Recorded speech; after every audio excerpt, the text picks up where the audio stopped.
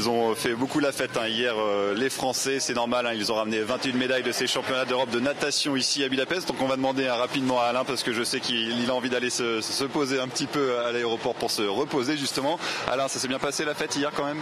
Oui, très bien, ne vous inquiétez pas, on a fêté ça comme il fallait. Et puis voilà, on a malgré tout bien discuté entre nous durant cette soirée pour décompresser, pour faire un peu le bilan de nos médailles, de nos finales, de nos performances et de l'avenir aussi de l'équipe de France. Donc malgré tout c'est important aussi de pouvoir échanger tous ensemble comme ça dans un contexte bien sûr complètement différent.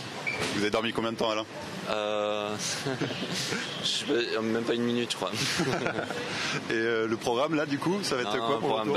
Non, beaucoup de repos. Maintenant, c'est voilà, du repos, on va profiter avec des copains. Moi je sais, enfin pour ma part, avec Hugues Dubosc, en fait on a les championnats du monde militaire dans un peu moins de 15 jours à Warendorf en Allemagne, donc voilà, on va essayer de se maintenir en forme jusque là.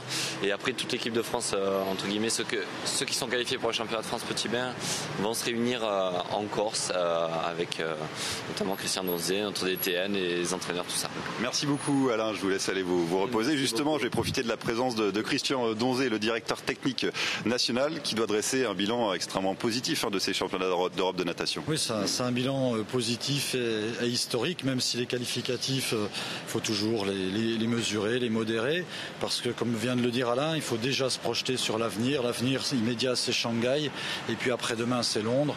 Donc il faudra élever forcément notre niveau d'exigence, parce qu'on passe du niveau européen au niveau mondial. Et votre président s'amuse à dire que comparaison n'est pas raison, mais on est obligé de faire un petit parallèle tout de même avec l'équipe de France d'athlétisme.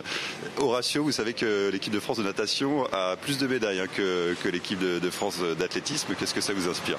Bon, écoutez, ça m'inspire tout simplement que le sport français est capable de gagner au plus haut niveau international. Très bien. Écoutez, merci beaucoup Christian, et puis bon retour sur Paris, un décollage prévu à 9h40, arrivée sur Paris prévu pour midi.